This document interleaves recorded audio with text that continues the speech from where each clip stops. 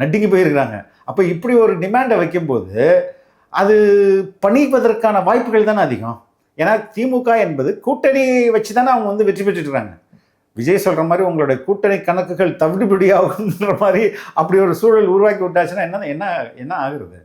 So they will not அதை வந்து தன்னோட கூட்டணியை விட்டு விடக்கூடாதுன்றது எந்த கம்ப்ரமைஸ் பண்ணாலும் டிஎம்கே போகிறதுக்கு ரெடியாக இருப்பாங்க.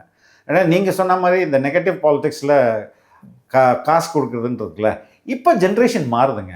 இன்றைக்கி வந்து ஈவன் கிராமப்பகுதியில் கூட தன்னுடைய குழந்தைகள் வந்து அப்பா அம்மாட்ட ஒரு டிமாண்ட் வைக்கிறாங்க. அதை வந்து எனக்கு நீ வந்து இந்த முறை எனக்காக ஓட்டு போடு, நான் சொல்கிற கட்சிக்கு ஓட்டு போடு அப்படின்னு பெரும்பாலான இளைஞர்கள், வீட்டில் இருக்கிற இளைஞர்கள் வந்து ஒரு இன்ஃப்ளூயன்சர்ஸாக மாறுறாங்க. மக்களை கேட்டால் சில நேரம் பணம் வாங்கிப்பாங்க. பணத்தை வாங்கிட்டு நான் போடுற இடத்துக்கு தான் நான் போடுவேன் அப்படின்ற ஒரு முடிவு எடுப்பதற்கும் வாய்ப்புகள் நிறையா இருக்குது. பணம் மட்டுமே இங்கே வந்து வெற்றி பெற்று முடியாது.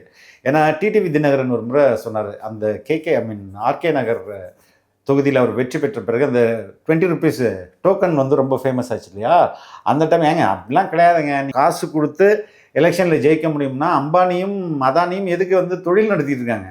அவங்க நேராக காசு கொடுத்து எலெக்ஷனில் ஜெயிச்சிடலாமே. அப்போ காசு மட்டுமே இங்கே ஃபேக்டர் கிடையாது, காசு ஒன் ஆஃப் த ஃபேக்டர்ஸ் தான், பல ஃபேக்டர்ஸ் இருக்குது அப்படின்றத அவர் சொன்னார். ஸோ காசு மட்டுமே டிசைடிங் அத்தாரிட்டியாக இருந்துட